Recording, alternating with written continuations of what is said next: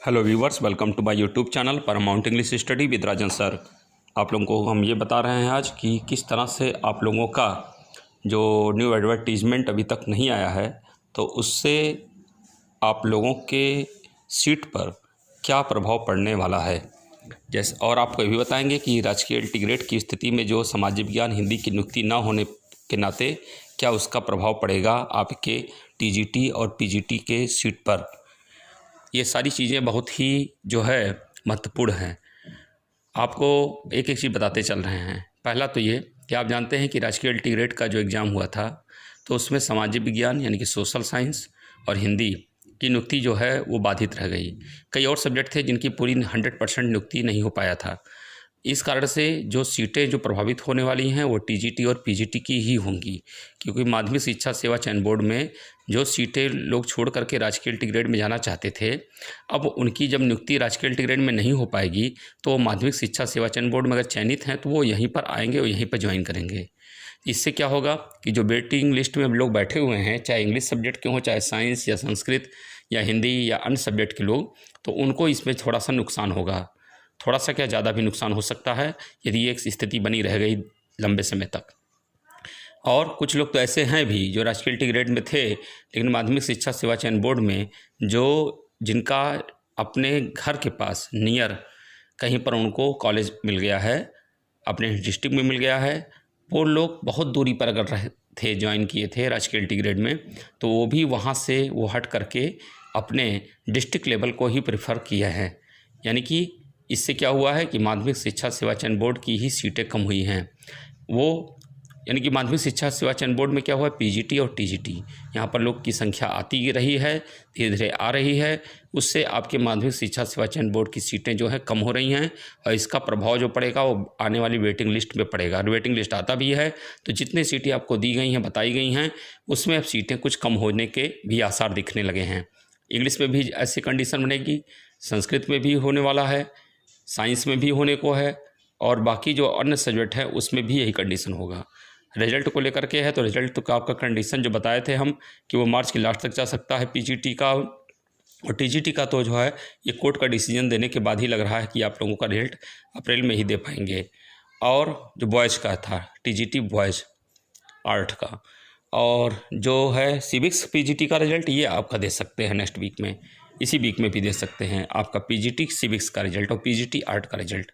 तो ये था अब तक का कंडीशन रिजल्ट का। और एडवर्टीजमेंट के बारे में आपको बताए थे कि 17 मार्च, जैसा कि पहले बताते चल रहा है कि 17 मार्च के पहले अगर आपका एडवर्टीजमेंट आ गया तो ठीक है, नहीं तो उसके बाद जैसे ही अधिसूचना जारी होती है, आचार संहिता लगता है, तो उसके बाद समस्या आएगी, क्योंकि उसमें फिर न्यू एडवर्टीजमेंट को देना संभव नहीं हो पाएगा और ये टाइम काफ़ी एक्सटेंड होगा और ये चला जाएगा आपका काफ़ी लंबे समय के लिए।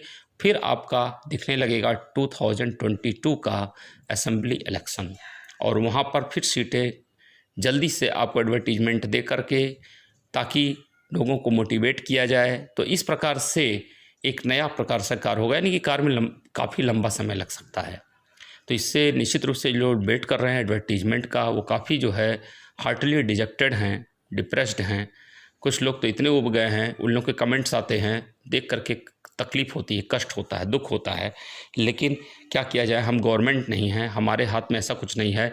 हमारे हाथ में होता तो बता रहे हैं कि जितने एस्पायरेंट्स हैं, जो इतने बेचारे संघर्ष कर रहे हैं, मेहनत कर रहे हैं, परिश्रम कर रहे हैं, सबके लिए कहीं ना कहीं एक जॉब तो ज़रूर कर दिया जाए। जैसी जिसकी कैपेबिलिटी है, एबिलिटी है, जैसी जिसकी कॉम्पिटेंसी है, जैसा जिसका क्वालिफिकेशन है, उसके अकॉर्डिंग उसको सीट दिया जाना चाहिए।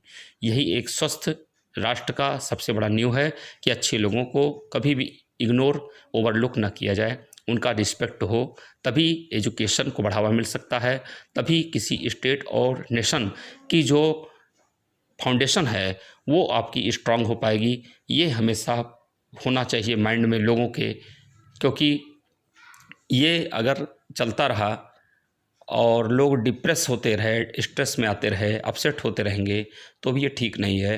वैसे पूरी आशा है, अपेक्षा है कि आप लोगों के फेवर में अच्छा कुछ है ज़रूर आएगा। 17 मार्च के पहले आपका एडवर्टीजमेंट आने का अभी तक चांस जो था वो बना हुआ है, वो आ भी सकता है। ऐसा नहीं कहा है कि नहीं आएगा, आने के चांस हैं, आ सकता है। और यह है कि टाइम लंबा हो रहा है, इसमें समय लग रहा है, और इसको देखते हुए तो हमें भी कहेंगे कि जो वेटिंग लिस्ट वाले जो बैठे हुए हैं इस आस में कि हमारा वेटिंग लिस्ट आएगा, वो भी लिस्ट अब बोर्ड और कोर्ट दोनों के ऊपर डिपेंड हो गया। अब कोर्ट डिसीजन क्या करता है आने वाले डेट में पता चल पाएगा। तो इन सब की पूरी जानकारी आपको हम जैसा कि आने वाले समय में होगा वो आपको हम देते रहेंगे।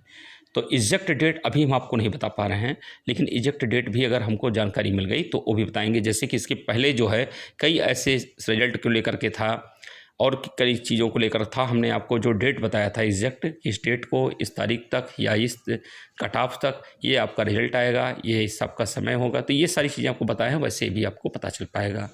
तो वैसे एग्ज़ाम में अपने आप लोग जुटे रहें और डटे रहें, और जैसा कि आगे जो हो पाता है एथेंटिक हमको न्यूज़ मिल पाते हैं, डाटा मिल पाता है, इन्फॉर्मेशन मिल पाता है, आप तक अवश्य पहुंचाएंगे। आज महाशिवरात्रि के इस पावन पर्व पर आप सभी को बहुत बहुत हार्दिक शुभकामना। आप लोगों का जीवन और आप लोगों का कैरियर भगवान भोलेनाथ की कृपा से, माता पार्वती जी की कृपा से हमेशा सुफल, शुभ, मंगलमय बना रहे, कल्याणकारी बना रहे। इसी के साथ हैव ए नाइस डे। ओम नमः शिवाय।